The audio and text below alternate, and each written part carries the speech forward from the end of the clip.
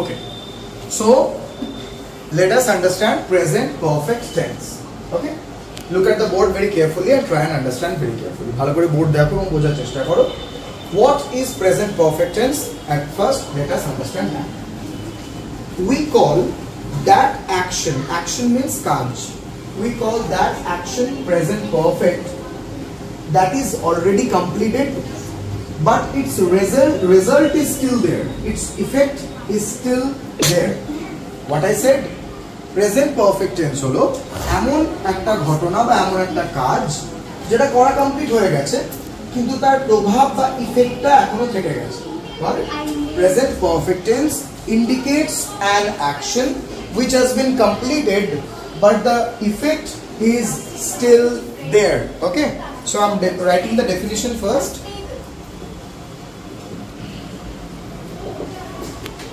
Present there but its effect is still there. যে কাজটা করা হয়ে গেছে আমাদের কমপ্লিট কিন্তু তার প্রভাবটা এখনো আছে। I am giving you an example so that you can understand it better. Okay, suppose I have eaten up in the morning. আমি সকালবেলায় খাবার খেয়েছি। Is it still there in my stomach? সেই খাবার কি এখন আমার পেটে আছে? সকালবেলায় যে খাবার খেয়েছিলাম, তো সকালবেলায় খাবার খাওয়াটা আমার কমপ্লিট হয়ে গেছে কিন্তু তার কোনো ইফেক্ট কিন্তু এখন আর নেই। তাহলে এটাকে আমরা প্রেজেন্ট পারফেক্ট টেন্স বলবো না। তাহলে কোনটাকে বলবো?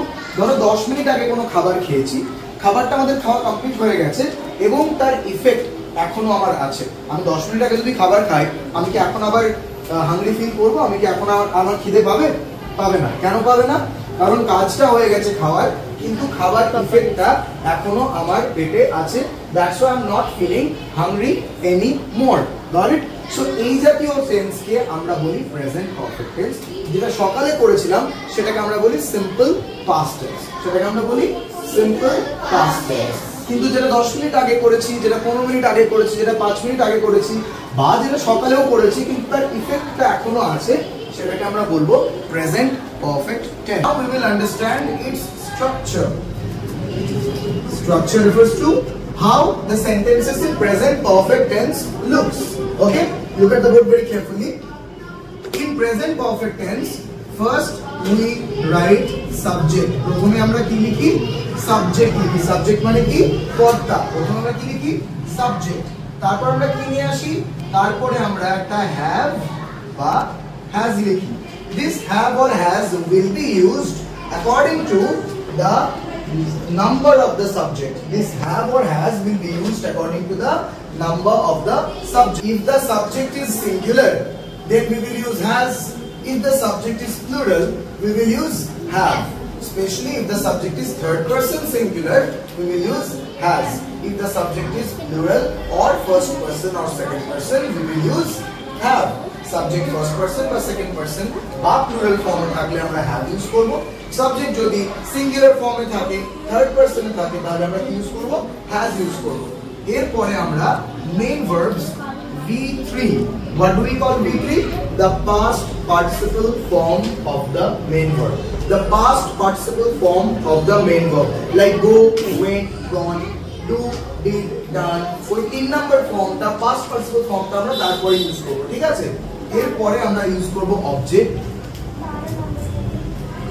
তারপরে আমরা দেব আদার ওয়ার্ডস।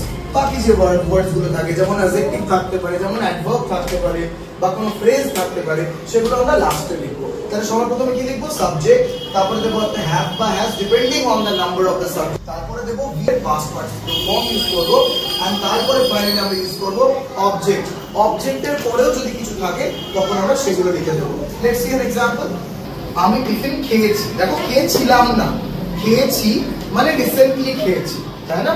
আমরা নিশ্চয়ই 2 দিন আগে টিফিন খেয়ে বলবো না যে আমি টিফিন খেয়েছি, তাই না? 7 দিন আগে খেয়ে নিশ্চয়ই বলবো না আমি টিফিন খেয়েছি, কারণ সেটা তো হজম হয়ে গেছে, তারপর আমাদের আবার খিদে পেয়েছে, আবার খেয়েছি। তো আমরা যখন বলছি আমি টিফিন খেয়েছি, সেটা রিসেন্ট টাইমের অ্যাক্টিভিটি বোঝাচ্ছে। আমরা কি ইউজ করব? আমি হচ্ছে আমার সাবজেক্ট, তাহলে আমি ইংলিশ কি হয়? আই। এবার আগে আমরা কি ইউজ করব? Have or has. আই পরে কি ইউজ হবে? হ্যাভ না has? Have. Right, I have. এবার খেয়েছি, এর মধ্যে ভার্ব কোনটা? টিফিন না খাওয়া? খাওয়া। What is the English of খাওয়া? ইট। What is the past participle form of eat? Eaten. Very good. I have eaten. I have eaten my tiffin. We don't say tiffin, we say my tiffin.